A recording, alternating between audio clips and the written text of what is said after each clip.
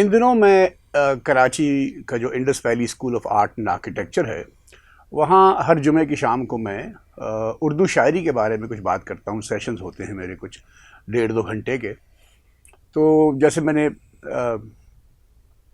پہلے لو پوئٹری عشقیہ شاعری پہ بات کی، تو ابھی کل جمعے کے دن، یعنی جب ریکارڈ تو میں ہفتے کو کر رہا ہوں، جمعے کے دن میں نے مزاحمتی شاعری، اردو شاعری میں جو ریزسٹنس پوئٹری ہے، ریزسٹنس کی پوئٹری ہے، مزاحمت کی شاعری ہے یا مزاحمتی شاعری ہے، اس کے بارے میں کچھ بات کی. میں جب پڑھ رہا تھا تو مجھے خیال آیا کہ ہمارے جو کلاسیکل اردو شعراء ہیں، بڑے اردو شعراء ہیں، جو سب سے بڑے ہیں، میر تقی میر، غالب وغیرہ، ان کے ہاں مزاحمت ہے، نہیں ہے، کیوں نہیں ہے؟ اب یہ جو میر اور ظاہر غالب کا دور ہے، آپ کو معلوم ہے کہ یہ سامراج کا دور ہے، انگریز سامراج کا دور ہے. اور غالب کے ہاں، جو میرا پسندیدہ شاعر ہے، غالب کے ہاں قصیدے بہت ہیں. اس زمانے میں قصیدے بہت لکھے جاتے تھے. میر نے بھی قصیدے لکھے ہیں، سودا نے قصیدے لکھے ہیں، ہر طرح کا قصیدہ. غالب کے ہاں انگریز سرکار کی اور ان کے جو افسر تھے انگریز، ان کی تعریف میں، ان کی مدح میں بہت ساری چیزیں ہیں. ان کے شعر ملیں گے آپ کو، قصیدے ملیں گے. غالب کے ہاں بہت قصیدے، اور کیا کمال کے قصیدے ہیں. ظاہر ہے وہ آرٹ فارم ہے قصیدہ بھی، اور وہ کوئی لکھنا کوئی کہاں.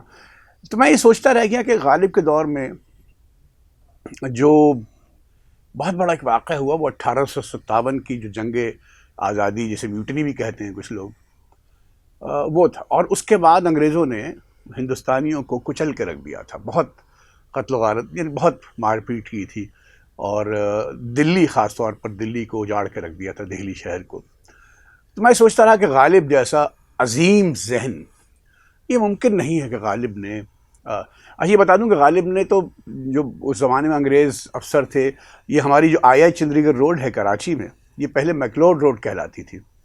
غالب کے ہاں میکلوڈ صاحب کے بارے میں بھی شعر ہیں، ان کی تعریف میں، ان کی توصیف میں. تو وہ میں، اگر آپ کوئی کہے گا تو میں سنا دوں گا کسی دن. اب یہ نہیں معلوم کہ یہ وہی میکلوڈ ہیں، ان کے نام پہ میکلوڈ روڈ، میرا خیال ہے کہ یہ وہی میکلوڈ ہے. اچھا، تو لیکن میں سوچتا رہا کہ غالب جیسا حساس آدمی، یعنی شاعر تو بہت ظاہر ہے سب سے بڑا ہے، وہ کیا مزاحمت کیوں نہیں ہے؟ لیکن ظاہر ہے وہ دور الگ تھا. وہ دور قصیدہ گوئی کا دور تھا، وہ دور غزل کے پنپنے کا دور تھا، انگریز سامراج کا دور تھا، تو انگریز قابض تھے وغیرہ وغیرہ.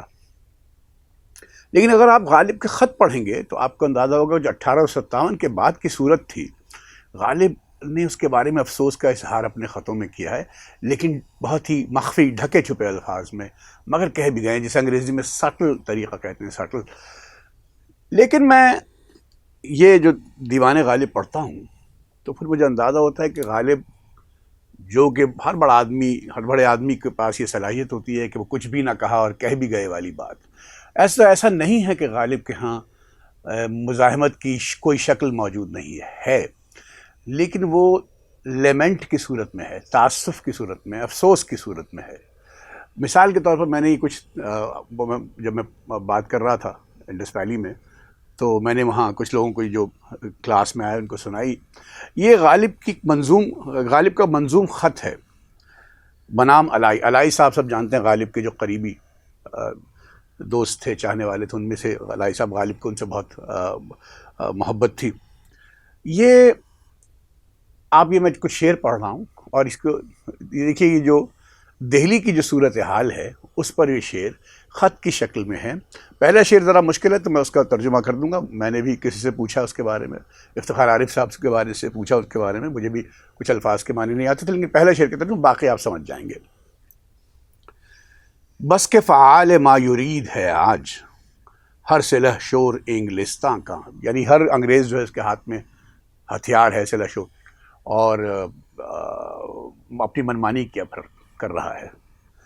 بس کے فعال ما یرید ہے آج، ہر سلح شور انگلستان کا. گھر سے بازار میں نکلتے ہوئے زہرہ ہوتا ہے آب انسان کا. پتا پانی ہو جاتا ہے. زہرہ ہوتا ہے آب انسان کا. چوک جس کو کہیں وہ مقتل ہے. چاندنی چوک دلی کا. چوک جس کو کہیں وہ مقتل ہے. گھر بنا ہے نمونہ زنداں کا، اور کوئی وہاں سے نہ آ سکے یہاں تک، کوئی وہاں سے نہ آ سکے یہاں تک، آدمی وہاں نہ جا سکے یہاں کا، گاہ جل کر کیے شکوہ، سوزش داغ ہائے پنہاں کا، اس طرح کے وصال سے یا رب، کیا مٹے داغ دل سے ہجراں کا۔ یہ غالب نے اس وقت کا دلی پینٹ کر دیا ہے۔